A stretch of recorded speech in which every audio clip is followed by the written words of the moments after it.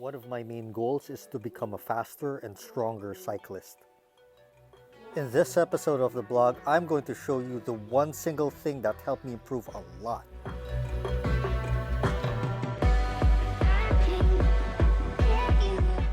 And that's hitting the gym. We have a special guest for this episode. Meet my good friend, Jill. She's a model, entrepreneur, and bikini competitor. She's also a certified personal trainer. Today, she's going to show us some exercises that's going to help cyclists like you and me.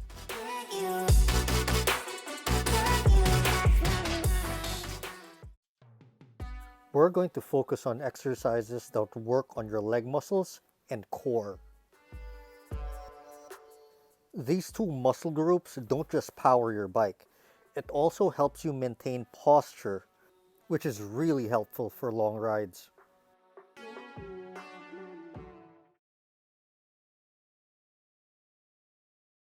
So for the fundamentals of any sport, including cycling, is going to be a lot of core work. So even just doing something as basic as a plank is really going to challenge your stability and both your upper and lower abdominals. So you want to get into your plank position, tight core. We want to lengthen through our legs. And once you have your stable ground, you can even get a little wider stance, pick up one arm, and do shoulder taps. Nice and steady, does not have to be fast. Again, you don't want your body to be shaking all over the place. You want more of a stable, tight core, nice and slow. You can even bring one arm back. Slow and steady. Not locking out the elbows. I'm double jointed, so it's a little weird. Steady. Just like that.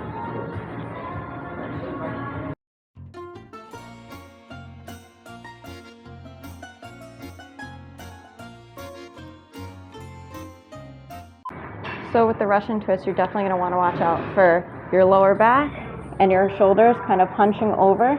You don't want to swing the ball over and over. That's doing nothing for your abs. They're not engaged at all.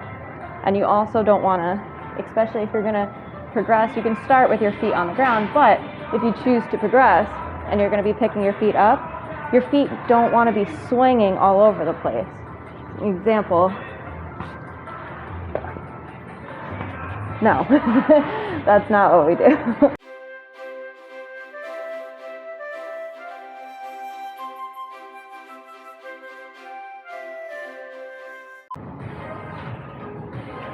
What's the difference between that and elevated? So with elevated, you're getting a wider range, so you're going to be able to open up your muscles a lot more to get more of a range, get that twist, and more of a range to come back. Whereas if you're just from here, you have that one solid range. So you're just coming from down to up, which is fine too. You have to kind of work with what equipment you have.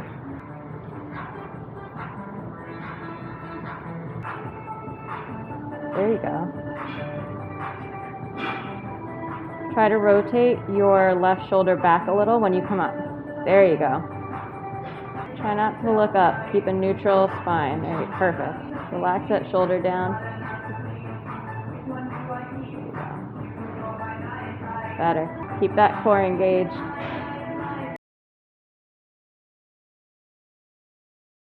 Remember to please be considerate while working out. Use a disinfectant. So we want to make sure we're squeezing the glutes when you come to the top. You want to try to push your hip bones to the sky. Think about that. So you're not going to come and then drop either. You don't want to dump truck on the ground. You want a nice, smooth motion right before you touch the ground. You're coming right back up. Keep those glutes engaged. You should feel it in your hamstrings too. You want to squeeze as much as you can. Now, for someone who does have lower back problems, I would definitely suggest mixing the ball, starting from the ground. The whole thing with any lower back problems is you do want to try to strengthen your core as much as possible.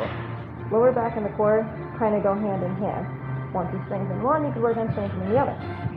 So if you do have lower back problems, I would start from the ground, one leg on the ground, or not one leg, sorry, two legs on the ground. Kind of tuck your pelvis a bit and just focus on squeezing. So you're not going to have that little mouse house space under here where you're going to be crushing a blueberry. You're going to squish it in the ground, come up, squeeze. Both hamstrings and both glutes should be firing. Thrust in the air, hips straight up.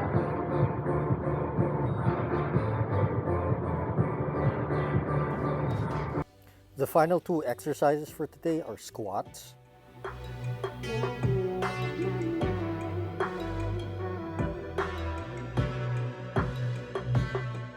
and deadlifts.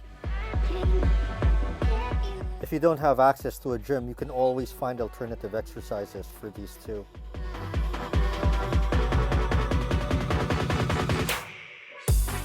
And there you have it, a few exercises that are going to help you become one hell of a cyclist. I highly suggest that you work with a personal trainer who can custom tailor a workout for your specific needs, the same way Jill did for me.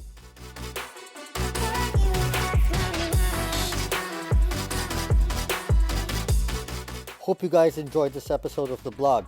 As always, thank you so much for watching, and I will see you guys next time. Coach me, because it's actually. I'm like looking, I'm like, why is it so bright?